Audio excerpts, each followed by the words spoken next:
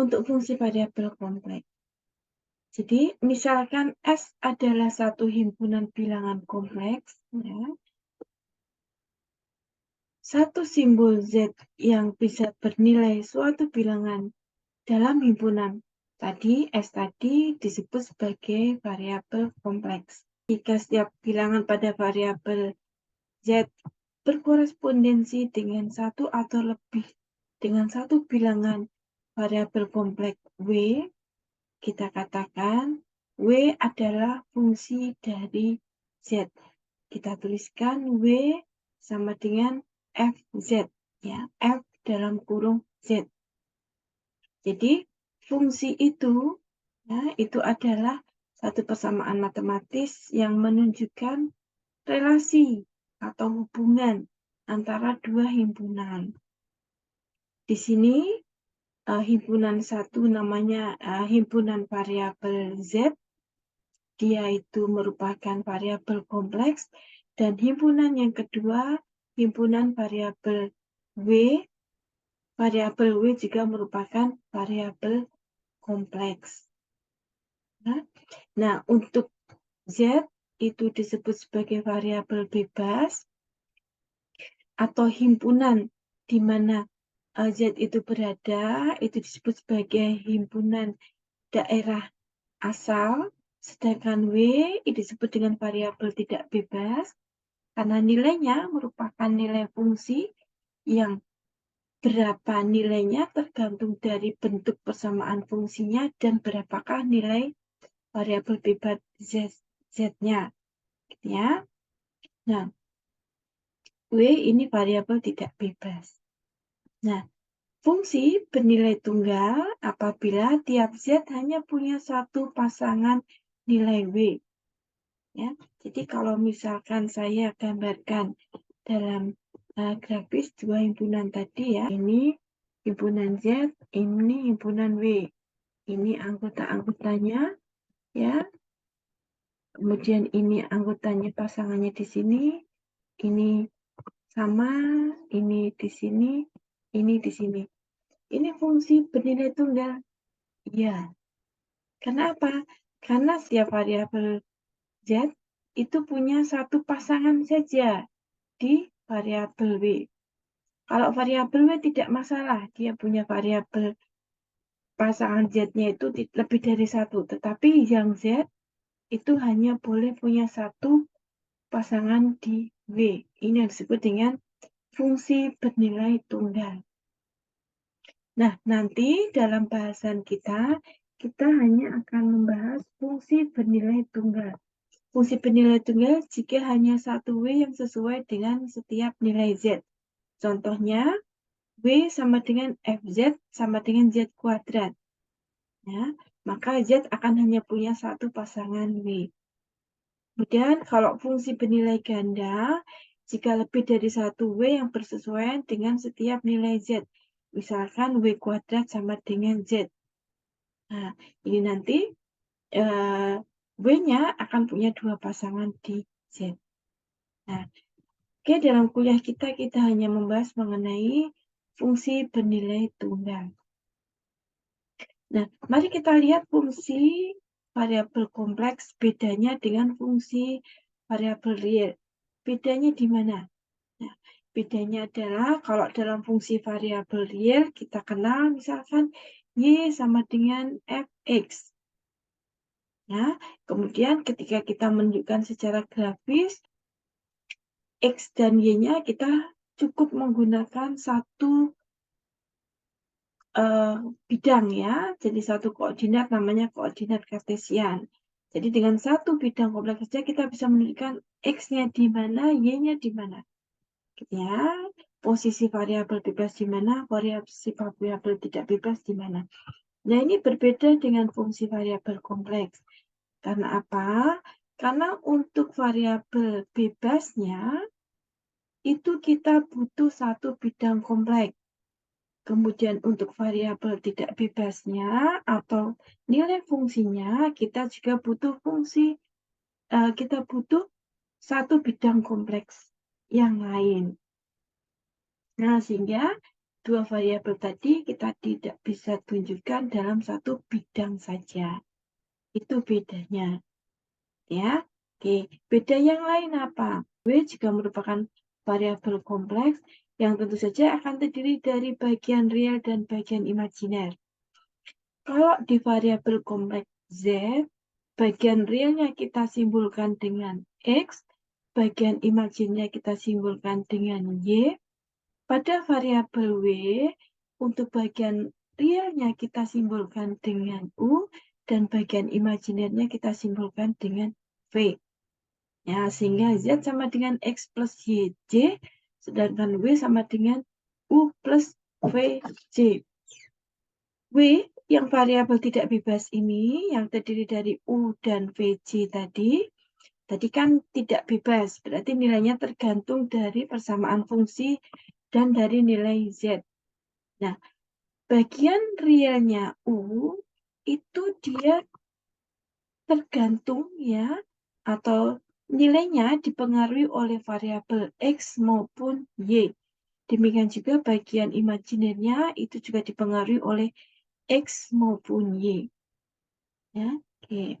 Kemudian kalau fungsi inverse ya ini fungsi yang membalikkan arah ya. Jadi kalau pada contoh gambar tadi fungsinya dari kiri ke kanan, asal di kiri, daerah hasil di kanan. Kalau inverse ya berarti dia membalik. Asalnya itu di kanan, kemudian daerah hasilnya di kiri. Ya, tanda panahnya berbalik. Ya. Nah, contoh fungsi variabel kompleks. Misalkan fungsinya persamaannya ini, fz sama dengan z kuadrat plus 3z. Tentukan nilai fungsi saat z sama dengan 1 plus 3j. Bagaimana kita mencari nilai fungsinya? Ya, sama seperti fungsi variabel real, kita tinggal masukkan saja. Ya, fz sama dengan z kuadrat plus 3z, z-nya 1 plus 3j, ya kita masukkan. Ini z kuadrat, berarti 1 plus 3j kuadrat, ditambah 3 kali z. Ini 3 kali z. Oke, kita hitung ya. 1 plus 3j kuadrat, 1 plus 6j plus 9j kuadrat. Berarti kan 9j kuadrat ini menjadi min 9 ya, karena j kuadrat itu min 1. Jadi 9 kali min 1 min 8.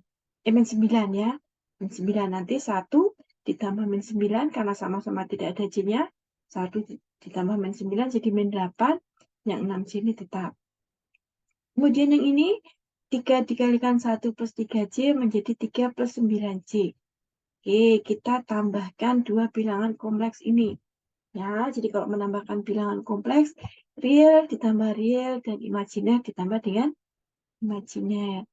Sini kita dapatkan fz sama dengan min 5 ditambah 15j. Perhatikan grafisnya. Ya, grafisnya bedanya dengan fungsi variabel yang real tuh di sini. Ya, jadi untuk variabel bebasnya saya gunakan satu bidang kompleks. Kemudian untuk nilai fungsinya itu saya gunakan bidang kompleks yang lain. Ya, ini bidang kompleks Z. Tadi Z-nya 1 plus 3J. Nah, kira-kira di sini. Kemudian W-nya atau nilai fungsinya min 5 ditambah 15J. Kalau bidang kompleksnya itu kita gunakan ini, kira-kira di sini. Ya, jadi untuk menunjukkan daerah hasil, daerah asal, kita harus memerlukan dua bidang kompleks. Nah, itu bedanya dengan fungsi variabel real.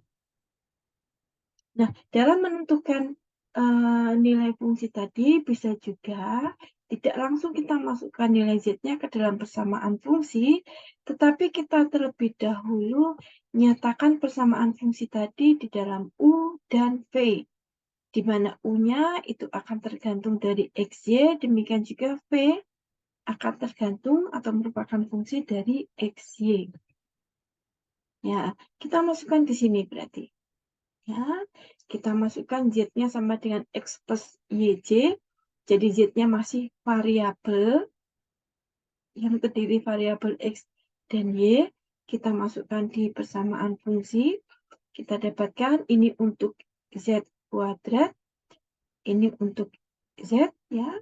Jadi Z kuadrat kita dapatkan X plus YJ kuadrat ditambah 3 kali Z, 3 kali X plus YJ. Ya, perhatikan jadi Z-nya masih dalam bentuk variabel.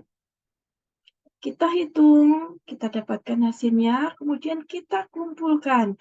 Yang tidak ada J-nya, X kuadrat, min Y kuadrat, dan 3X. Nah, ini menjadi U. Ya, jadi bagian real dari W. X kuadrat min Y kuadrat plus 3X ini U. Kemudian yang ada J-nya ini adalah bagian imajiner dari W atau V. Ya, jadi 2XY plus 3YJ. Ini U ditambah VJ. Nah, baru kemudian kita masukkan yang diminta adalah Z sama dengan 1 plus 3J. Berarti untuk Z ini X-nya 1, Y-nya 3. Kita masukkan di persamaannya yang ini. Nah, jadi X-nya 1, Y-nya 3. Kita masukkan 1 kuadrat min 3 kuadrat ditambah 3 kali 1. Ya, hasilnya min 5. Kemudian yang ini 2 kali 1 kali 3 ditambah 3 kali 3. J ya didapatkan plus 15J. Nah, ini hasilnya ya. Sama dengan yang ini tadi. Sama dengan jika kita masukkan langsung. Oke. Nah, untuk contoh ini nanti bisa kalian lihat ya. Ini contohnya. Ya, FZ sama dengan 2JZ ditambah 6Z konjugat. Nah, kita tunjukkan dulu ya. Karena ini diminta untuk menunjukkan U dan V, jadi tidak kita langsung masukkan ke dalam FZ untuk nilai Z yang dicari di sini, FZ yang dicari di sini. Ya, kita tetapkan dulu U dan V. Ya, Z-nya itu kita tulis dalam bentuk variabel dulu, X ditambah YJ, konjugatnya juga. Konjugatnya berarti X dikurangi YJ. Masukkan dalam persamaan ini. 2JZ, Z-nya X plus JY, ditambah 6Z konjugat, ditambah 6 kali ini Z konjugat. Kita hitung, sehingga kita mendapatkan, karena soalnya diminta untuk mencari U dan V, nah ini. Ini U-nya, ini V-nya. Kemudian kalau diminta menentukan nilai fungsi saat Z sama dengan setengah plus 4J, kita tinggal masukkan saja ya. Kalau kita sudah punya U dan V, kita masukkan di sini dengan apa? Berarti X-nya setengah, Y-nya 4. Nah, kita masukkan di sini. Ya, 6 kali setengah dikurangi 2 kali 4 ditambah dalam kurung. Ini berarti bagian imajinernya 2 kali setengah ya dikurangi 6 kali 4. Nah, ini nanti hasilnya ada J-nya ya. 6 kali setengah itu 3, 3 dikurangi 2 kali 4 itu 8, jadi 3 dikurangi 8 min 5, kemudian bagian yang imajinernya ini 1, 2 kali setengah 1 dikurangi 24, sehingga didapatkan min 23J. Nah, ini hasilnya. Untuk pertanyaan yang kedua ini ya, tentukan FZ saat Z sama dengan setengah plus 4J. Nah, kalau misalkan tidak ditanya berapakah U dan W ya, jadi misalkan tidak ada pertanyaan tentang U dan W, jadi pertanyaannya hanya berapakah nilai Z saat Z sama dengan ini, ya kita bisa langsung masukkan ke dalam persamaan ini. Ya, kita bisa langsung masukkan, tapi tentu saja karena di soal itu yang diketahui hanya Z sama dengan setengah plus 4J, sedangkan di soal ada Z konjugat, maka kita tetapkan dulu Z konjugatnya berapa. Ya, kalau Z-nya itu setengah plus 4J, berarti Z konjugatnya adalah setengah min 4J. Nah, sudah kita masukkan di sini. 2JZ, Z-nya ini, ditambah 6 konjugat Z. Konjugat Z-nya itu ini. Nah, kita hitung, ternyata hasilnya adalah 5 min 23J sama. Ya, G sama. Ini yang di bawah ini harusnya dihapus ya. Fungsi variabel kompleks itu sering juga disebut sebagai fungsi transformasi, karena kalau secara grafis itu bisa memindahkan gitu ya. baik titik maupun garis dari bidang kompleks Z ke dalam bidang kompleks W. Ya, sehingga sering disebut sebagai fungsi pemetaan. Nah, seperti kita memetakan dari bidang kompleks Z ke bidang kompleks W. Fungsi elementer, nah ini sama ya seperti fungsi variabel kompleks, kita mengenal fungsi polinomial, sama ya, di fungsi variabel kompleks kita juga mengenal fungsi polinomial, tentu saja variabelnya Z. Ya, jadi kalau variabel yang biasa kita, fungsi variabel real yang biasa kita kenal dulu, kita gunakan X ya, X kuadrat ditambah X pangkat 3 dan seterusnya ya. Biasanya kalau polinomial itu pangkatnya menurun ya, jadi misalkan ini X pangkat 3, ini X pangkat 2, ini X pangkat 1, ini X pangkat 0 gitu ya. Sama ya, bedanya hanya di variabelnya ya, ini variabel kompleks Z. Oke, kemudian transformasi khusus disebut dengan linear transformation. Nah, ini bentuknya seperti ini. Jadi polinomialnya pangkat 1 ya, seperti ini disebut sebagai transformasi linear. Untuk fungsi aljabar rasional seperti ini, jadi fungsi yang merupakan fraksional ya atau rasional antara fungsi pembilang dan penyebut seperti ini sama ya. Jadi di fungsi variabel kompleks juga ada fungsi aljabar rasional seperti itu. Demikian juga fungsi eksponensial. Ya, kalau di real ya E pangkat X gitu ya. Tetapi kalau di variabel kompleks ini E pangkat Z, di mana Z itu bilangan kompleks yang terdiri dari bagian real X dan Y bagian imajiner. Nah, karena bagian realnya E pangkat X, ini E pangkat X tetap, kemudian bagian imajiner, pangkat imajinernya E pangkat JY atau IY, itu bisa dituliskan dalam bentuk trigonometri seperti ini. Ya, sehingga kita bisa tuliskan E pangkat X dikalikan kosinus Y plus J sinus Y. Nah, ini adalah E pangkat JY atau E pangkat Y. Ya, J bisa disebut I. Ya. Oke, fungsi-fungsi yang lain juga sama, ada fungsi trigonometri, kemudian properti, ya, properti pada fungsi trigonometrik itu juga sama. Ya, ada sin kuadrat Z ditambah cos kuadrat Z sama dengan 1. Nah, ini kan sudah kita kenal ya, kalau di fungsi variabel real ya sin kuadrat X ditambah cos kuadrat X sama dengan 1 dan seterusnya.